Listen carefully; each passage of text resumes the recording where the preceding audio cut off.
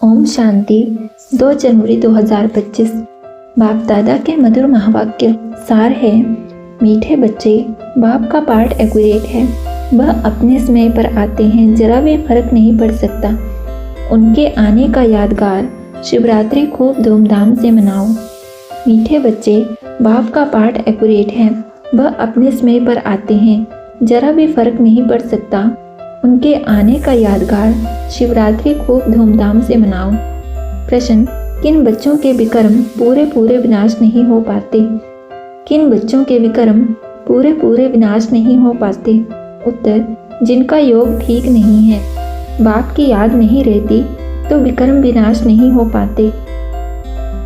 योग युक्त न होने से इतनी सद्गति नहीं होती। पाप रह जाते हैं, फिर पद भी कम हो जाता है।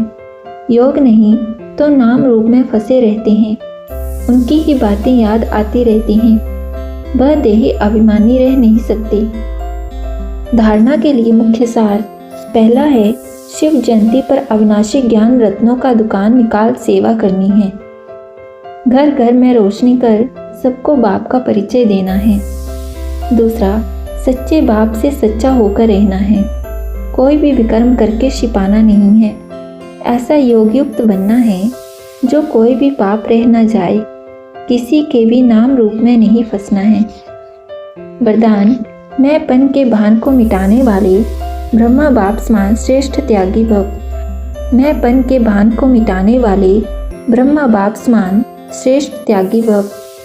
संबंध का त्याग, वैभवों का त्याग कोई बड़ी बात नहीं है, लेकिन हर कार्य में संकल्प में भी औरों को आगे रखने की भावना रखना, अर्थात अपनेपन को मिटा देना।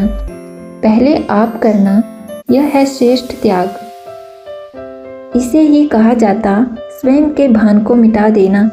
जैसे ब्रह्मा बाप ने सदा बच्चों को आगे रखा, मैं आगे रहूं, इसमें भी सदा त्यागी रहे। इसी त्याग के कारण सबसे आगे अर्थात नंबर 1 में जाने का फल मिला, तो फॉलो फादर। स्लोगन: फट से किसी का नुक्स निकाल देना, यह भी दुख देना है। फट से किसी का नुक्स निकाल देना, यह भी दुख देना है। ओम शांति।